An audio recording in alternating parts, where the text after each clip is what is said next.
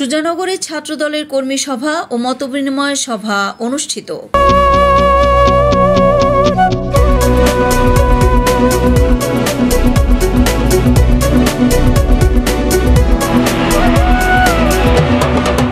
আসসালামু আলাইকুম।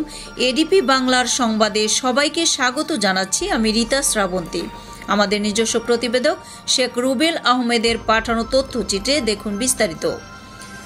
পাবনা জেলা সুজানগর উপজেলা 2025 কর্মী সমাবেশ ও মতবিনিময় সভা অনুষ্ঠিত হয়েছে। সুজানগর উপজেলা ছাত্রদল ও সুজানগর পৌর ছাত্রদলের আয়োজনে এ সময় প্রধান অতিথি হিসেবে উপস্থিত ছিলেন আগামী জাতীয় সংসদ নির্বাচনের মনোনীত প্রার্থী বিএনপি নির্বাহী কমিটির সদস্য ও সাবেক সংসদ সদস্য অ্যাডভোকেট AKM সেলিম রেজা হাবিব। বিশেষ অতিথি হিসেবে উপস্থিত ছিলেন সুজানগর উপজেলা বিএনপির সাবেক সাধারণ সম্পাদক হাজারী জাকির হোসেন চুন্নু। আরও উপস্থিত ছিলেন সুজানগর উপজেলা ছাত্রনেতা SM আফতাব আহমেদ। আরও উপস্থিত ছিলেন পাবনা জেলা ছাত্রদলের সহ সভাপতি এরশাদ আলম, সুজানগর পৌর ছাত্রনেতা সংগ্রাম মোল্লা সহ আরও অনেকে। এ সময় বক্তারা বলেন, আগামী জাতীয় সংসদ নির্বাচনে দেশনেতা তারেক রহমানের হাতকে শক্তিশালী করার জন্য সুজানগর উপজেলা ছাত্রদল ও সুজানগর পৌর ছাত্রদল সেলিম রেজা হাবিবের নেতৃত্বে সকল কেন্দ্রীয় কর্মসূচি সফল করার লক্ষ্যে কাজ করে যাবে। তাতে ব্যক্তিগতভাবে যেমন তোমরা লাভবান হবে না, একইভাবে দল ক্ষতিগ্রস্ত হবে। আজকে এই যুগে, বিশেষ করে এই সময়টাতে ইসলামী দলগুলো তাদের ছাত্র সংগঠন যেভাবে প্রচারণা চালিয়ে যাচ্ছে, সেখানে আমাদের কিন্তু একেবারেই আমরা অনেক পিছিয়ে রয়েছি। সেই কারণে আজকের এই কর্মী সভা মূলত এই কারণে আহ্বান করা। তোমরা জানো যে আমরা বিভিন্ন ইউনিয়নে মূল দলের বয়স্ক লোকদের নিয়ে আমরা বিভিন্ন ইউনিয়নের কর্মী সভা করছি। এভাবে ছাত্র দলের তোমাদের নিয়ে করলাম, যুব দলের নিয়ে আমি এর পরবর্তীতে করব, আমরা মহিলা দল নিয়ে করব।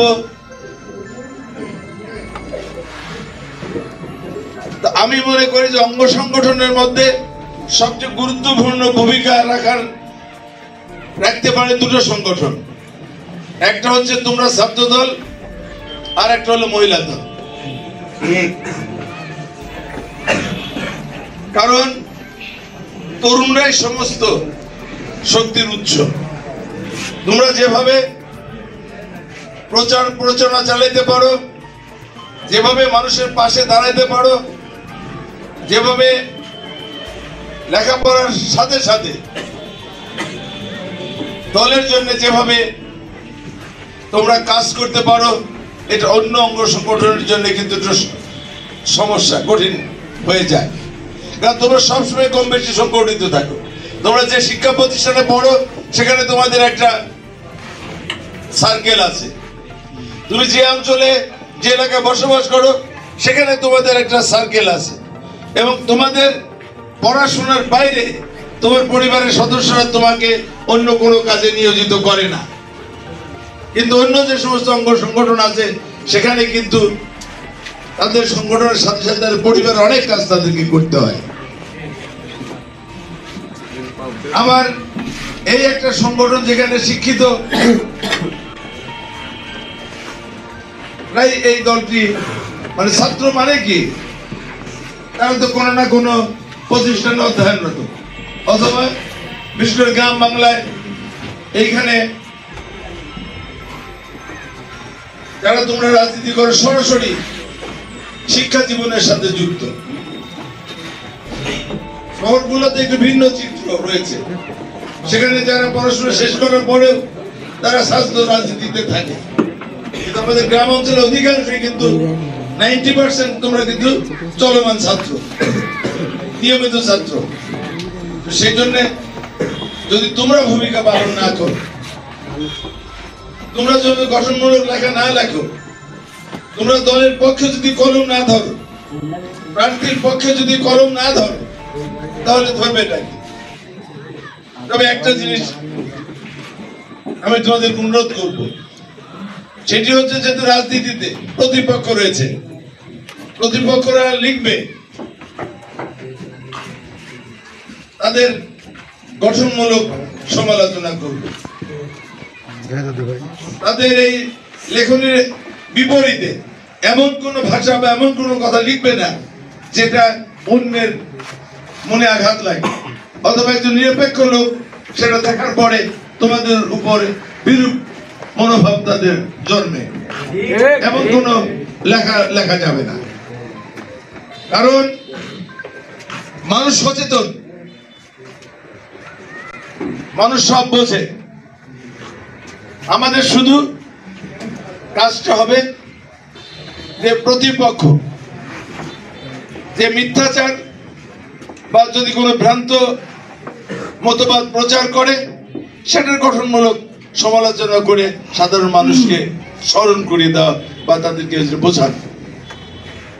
কাদা ছড়ি করলে তাতে দলের কোনো লাভ হবে না, তোমারও ব্যক্তিগতভাবে লাভ হবে না। সেই জন্য আমরা অনুরোধ করব যে তোমরা বিশেষ করে নির্বাচন পর্যন্ত তোমরা এই ব্যাপারে সবাই অগ্রণী ভূমিকা পালন করবে, এবং এখানে যারা আসে নাই, তোমার যারা বন্ধু বান্ধব এখনো এখানে আসে নাই, তাদের সাথে যোগাযোগ করে তাদেরকেও এই কাজে উদ্বুদ্ধ করার চেষ্টা করবে। আমাদের উপজেলা বিএনপির সাবেক সাধারণ সম্পাদক হাজারী জাকির হোসেন চূর্ণ বলেছে, তোমরা হচ্ছে আগামীর ভবিষ্যৎ। এই সময় যদি তোমরা নিজেকে আদর্শ নেতা হিসাবে বা কর্মী হিসাবে যদি নিজেকে প্রতিষ্ঠিত না করে চাঁদাবাজ মাস্তান ইপটিজার হিসাবে যদি নিজেকে পরিচিত করো, তাহলে সেটা তোমার জন্য সম্মানের হবে না। এবং আমরা যারা তোমাদের বড় ভাই বা পিতৃতুল্য রয়েছি, তোমাদের প্রতি আমাদের ধারণাটা বেশি ভালো হবে না, কারণ তোমাদের কিন্তু আমাদেরও কিছু দেওয়ার আছে। তোমরা যেমন সমাজকে দিতে পারবে, আমরাও কিন্তু তোমাদেরকে অনেক কিছু আমরা দিতে পারবো, এবং সেই দেওয়ার ক্ষেত্রে কিন্তু স্বাভাবিকভাবে যাদের আচার আচরণ কাজকর্ম ভালো, যারা কোনো খারাপ কাজের সাথে জড়িত থাকে না, তাদের প্রতি কিন্তু আমাদের সহযোগিতার হাতটা আগে সম্প্রসারিত হবে। তোমাদের উদ্দেশ্যে আরো একটি কথা বলতে চাই, যে বর্তমানে নেশা